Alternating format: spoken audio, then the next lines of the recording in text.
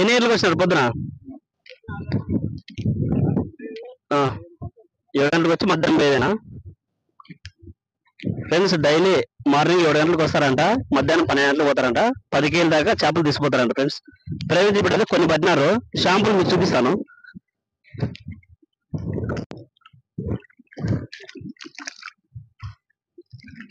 అయ్యో అటు జారిపోయా.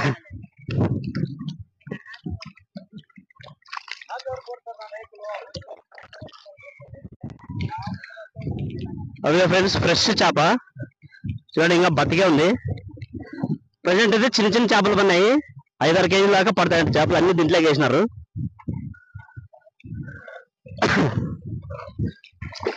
అదిగా బతికే ఉంది చూడండి, పొట్టు మిట్ట ఆడుతుంది.